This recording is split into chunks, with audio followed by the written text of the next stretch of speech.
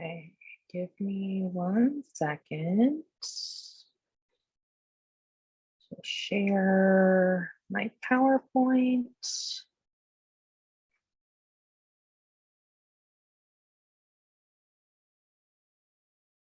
Okay, hopefully this works. My name is Alicia Guzman-Riley. I am an academic success advisor at the College of Lake County. I am also an adjunct CLC 120 faculty member. And CLC 120 is actually what I did my program evaluation on for this class. So we'll go ahead and get started. A little bit of an introduction. So CLC 120 was first became effective in our 21-22 catalog. So starting fall of 2021, any new student pursuing a degree or program 16 or more credit hours is required to take the CLC 120 course. It is an institutional requirement, a graduation requirement, but and it also can count as transferable elective credit for those who are transferring. So a little context, CLC, the College of Lake County, is an HSI, which is short for Hispanic Serving Institution. As such, and it is ingrained in our mission and values, which I'll get into a little bit, we are always asked to reflect and consider how we can be culturally relevant. Teaching methods in classroom that connect students to practical interests and promote an understanding of other cultures are associated with better academic outcomes, according to Bird. And also, I think it's important to mention that our CLC 120 first year success seminar is part of a larger reorganization at the college of our recruitment, onboarding, and retention programs. So part of the rationale for CLC was 120 was looking at graduation and transfer data for our students. And as you can see on the screen, our Black and Latinx students have a lower 3-year full-time cohort graduation rate than our white students do. And so these are one of the achievement opportunities that our students of color face. And since we are an HSI institution, it's important that all of our students do well, but particularly our Latinx students do well. So this, I also have the site and the link in the references as well with additional data. So a little bit about the purpose and some questions that facilitated or guided this program evaluation. The purpose is truly multifaceted. It's to assess effectiveness of the program, find areas of improvement for the success seminar, and to address issues of human rights and social justice. And particularly, that's because our Latinx and Black students, like I said, have lower graduation, retention, transfer rates than our white students do. So some questions that fueled this program evaluation: who's the target population? What students are excluded from this program? To what extent does this program serve students? To what extent do students meet course objectives? What types of assessments are used to measure course outcomes? How is the program culturally relevant?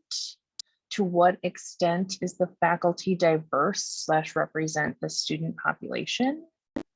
How does this program support racially and ethnically minoritized students? How does it disadvantage racially and ethnically minoritized students? How does this program compare to the former PDS 122, becoming a successful college student? And what resources are available to make improvements to this course and curriculum? Literature review. So first year success seminars are common and best practices in higher education these days.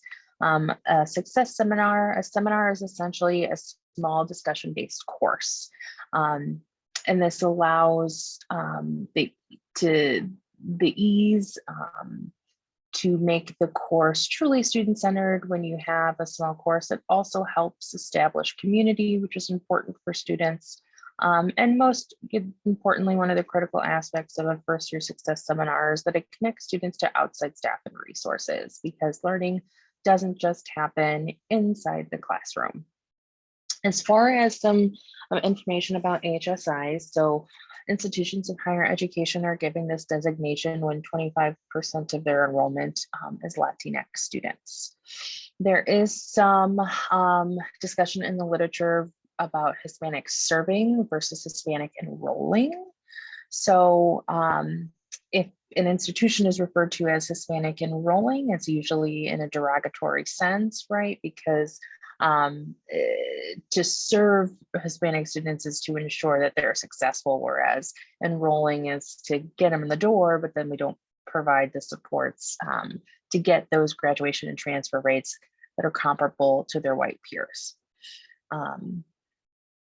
Garcia talks about how research and policy is rooted in whiteness and white epistemologies, which I'll touch on again shortly. HSIs are significant in that they enroll 64% of all Latinx college students, and they confer 60% of associate's degrees and 40% of bachelor's degrees for Latinx students.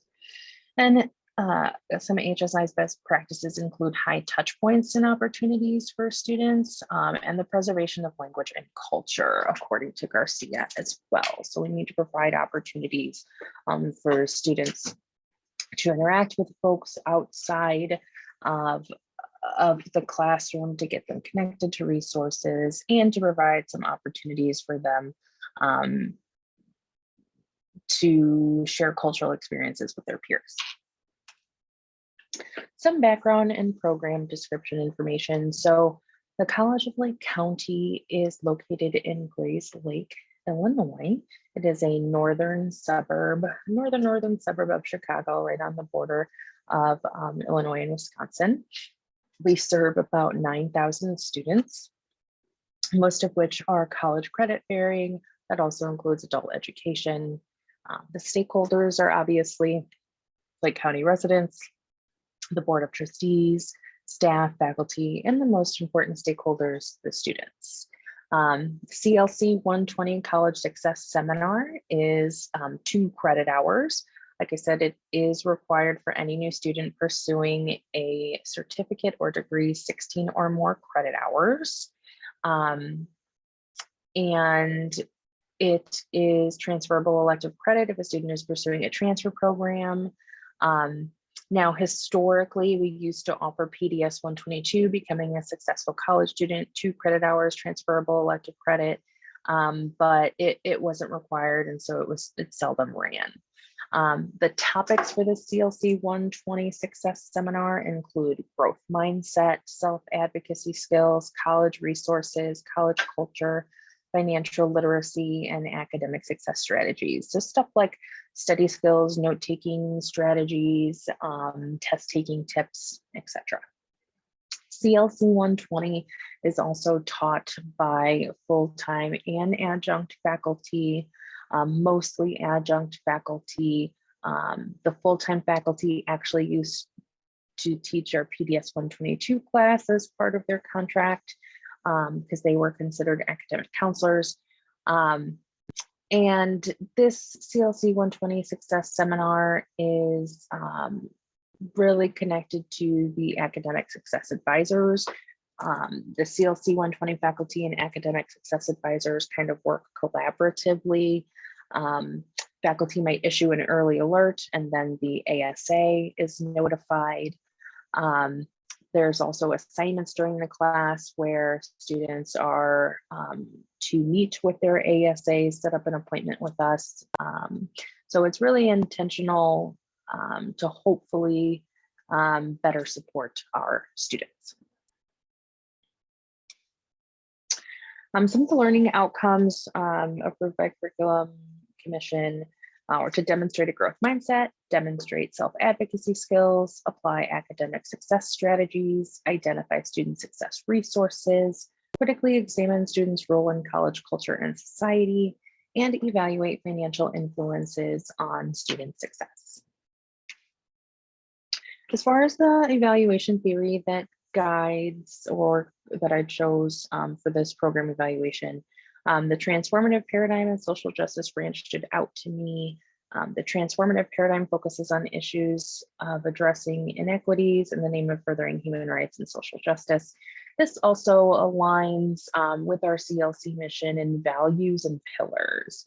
So our mission is to become a comprehensive community college committed to equitable, high quality education and cultural enrichment and partnerships to advance the diverse communities we serve. This paradigm also aligns with our pillars. Really, you can argue any of them, but particularly equity and inclusion and access and success for students. So the transformative paradigm is a natural fit. Similarly, our values, the transformative paradigm really aligns with unity and inclusion. Now, the transformative paradigm utilizes various philosophical foundations to focus on issues of power and injustices to support human rights and advance social justice. There's different assumptions that go along with this theory.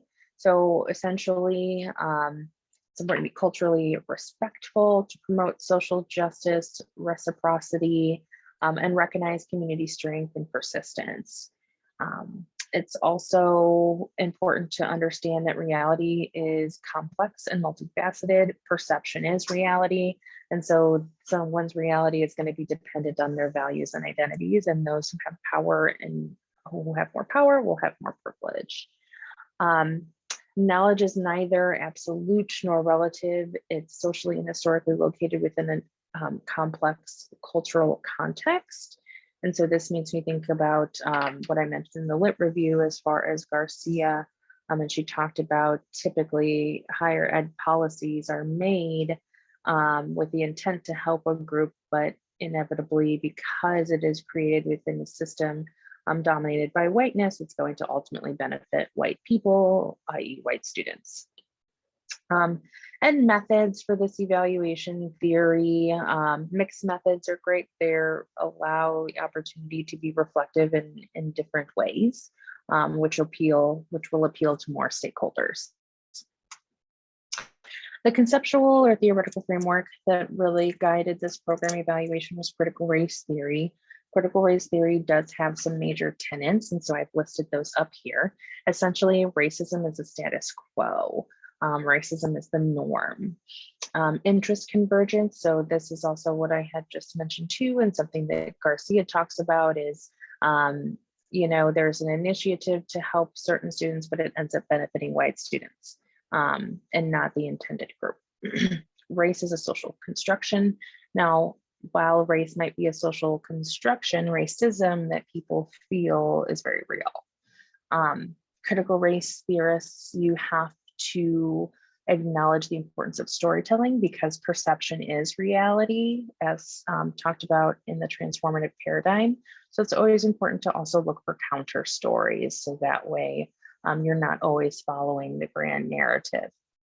And intersectionality, so this idea that people are not one thing, they have various identities, and those various identities within certain contexts are going to be compounded and intersect in ways that could further privilege someone or disadvantage someone.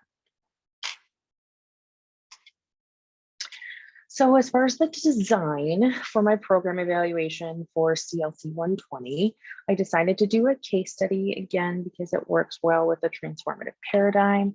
It also works well with mixed methods, which is also good for the transformative paradigm. Quantitatively, I will do surveys to students who completed CLC 120 and were retained or not retained to second semester. I will also look at retention data for students who took CLC 120. What did that look like? Were they retained to additional semesters, etc.? Qualitatively, I will do observations, focus groups, about no more than 5 to 7 students, and then individual one-on-one interviews. I have the ability to run a query to see all students who are in CLC 120 or have taken CLC 120. I would also send out the opportunities for research participants to the CLC 120 faculty. That way they can disseminate that in their classrooms, and students who are interested can be involved.